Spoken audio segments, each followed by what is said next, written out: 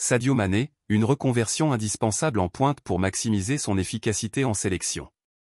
Depuis plus d'une décennie, Sadio Mané est l'un des piliers de l'équipe nationale du Sénégal. Véritable fer de lance de l'attaque des Lions de la Teranga, il a brillé par sa vitesse, sa percussion et sa capacité à éliminer ses adversaires en 1 contre 1. Cependant, à l'approche de ses 33 ans et après des années à évoluer sur les ailes, la question de son repositionnement se pose désormais avec insistance. Si l'on observe l'évolution de sa carrière, tant en club qu'en sélection, il apparaît de plus en plus évident que Mané ne peut plus continuer à jouer sur les côtés comme avant. Il a perdu en explosivité et en vivacité, ce qui limite son efficacité sur l'aile gauche, où il peine désormais à faire des différences en 1 contre 1 face aux jeunes défenseurs rapides et agiles. Le repositionnement de Mané en pointe, comme cela a été fait pour Cristiano Ronaldo lors de ses dernières années en club et en sélection, semble être une solution logique et adaptée à son évolution physique. Pourquoi serait-ce une décision judicieuse pour le Sénégal? Quels seraient les bénéfices d'un tel ajustement tactique? Décryptage. Le constat, un Sadio Mané en perte d'explosivité sur les ailes. Il est difficile d'oublier le Sadio Mané de ses débuts, ce jeune ailier virevoltant qui avait ébloui le public sénégalais lors de ses premiers matchs avec la sélection en 2012, notamment face au Libéria au stade Léopold Sédar Senghor. À cette époque, Mané était imprévisible, percutant et intenable pour les défenseurs.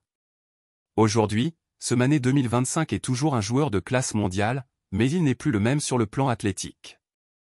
Ses accélérations fulgurantes se sont raréfiées, ses dribbles sont moins tranchants et sa capacité à faire des différences individuelles en 1 contre 1 est en nette régression. Il n'est plus ce joueur capable de déposer un défenseur d'une simple accélération comme peut encore le faire un Lamine Yamal, prodige du FC Barcelone à seulement 16 ans. Le problème est d'autant plus criant lorsque Mané se retrouve isolé sur son aile, devant affronter des défenseurs plus jeunes, plus rapides et plus réactifs. Il semble aujourd'hui peiner à dépasser ses vis-à-vis et à apporter autant de dangers qu'auparavant. Face à ce constat, l'adaptation devient une nécessité. Une solution tactique inspirée des grands noms du football. L'histoire du football regorge d'exemples de grands joueurs offensifs ayant évolué dans leur positionnement avec l'âge. Le cas le plus emblématique reste Cristiano Ronaldo. D'ailier explosif à Manchester United et au Real Madrid, il a progressivement été repositionné en attaquant de pointe afin de compenser la perte de vitesse et se concentrer sur son instinct de buteur. D'autres grands noms ont suivi ce chemin. Samuel Eto'o, d'ailier droit à buteur de surface. Thierry Henry, d'ailier gauche à attaquant axial à Arsenal. Lionel Messi, moins ailier avec l'âge, plus meneur de jeu ou faux numéro 9.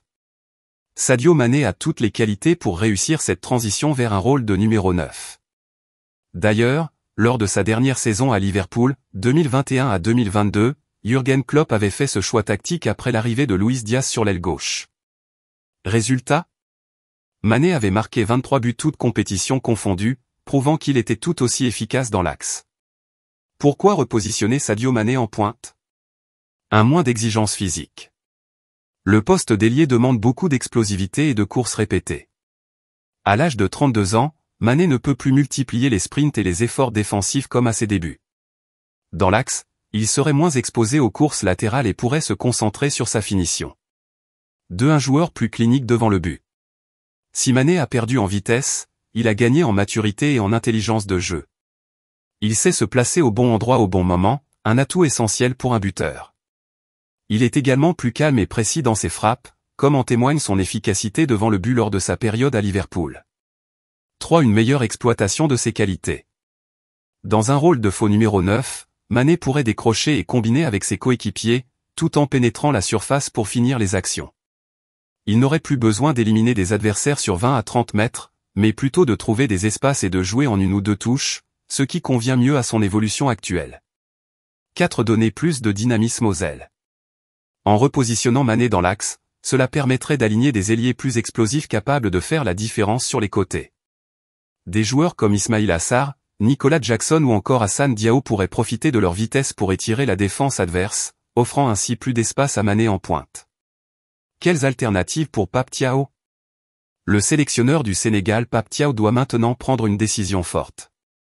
S'il souhaite optimiser le rendement de Mané et maximiser l'efficacité offensive des Lions, il doit envisager un changement de système. Option 1, un 4-3-3 avec Mané en pointe. Dans ce schéma, Mané serait aligné au poste de numéro 9, entouré de deux ailiers rapides et percutants comme Ismaïla Sarr et Hassan Diao. Cela lui permettrait de se concentrer sur la finition et le placement, plutôt que sur les efforts défensifs et les duels en 1 contre 1. Option 2, un 4-2-3-1 avec Mané en soutien d'un vrai numéro 9. Une autre alternative serait de positionner Mané juste derrière un avant-centre comme Boulaïdia ou Habib Diallo. Il pourrait ainsi profiter de sa vision du jeu pour distribuer les ballons et se projeter dans la surface. Option 3, une attaque à 2 avec Mané en second attaquant. Un duo d'attaque composé de Mané et un vrai buteur pourrait être une option intéressante. Cela lui permettrait d'évoluer plus librement sans être le seul à supporter la pression offensive. Conclusion, un choix stratégique pour l'avenir de Mané et du Sénégal. La question du repositionnement de Sadio Mané en pointe n'est pas un simple caprice tactique.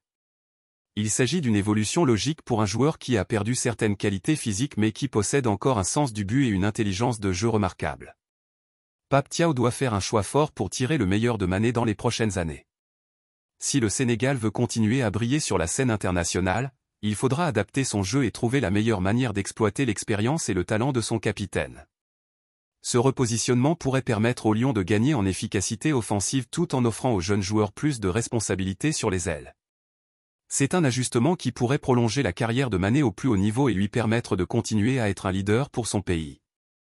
Alors, Pape Thiaw osera-t-il franchir ce cap tactique et repositionner Sadio Mané en pointe? La réponse viendra peut-être lors des prochains matchs des Lions de la Teranga.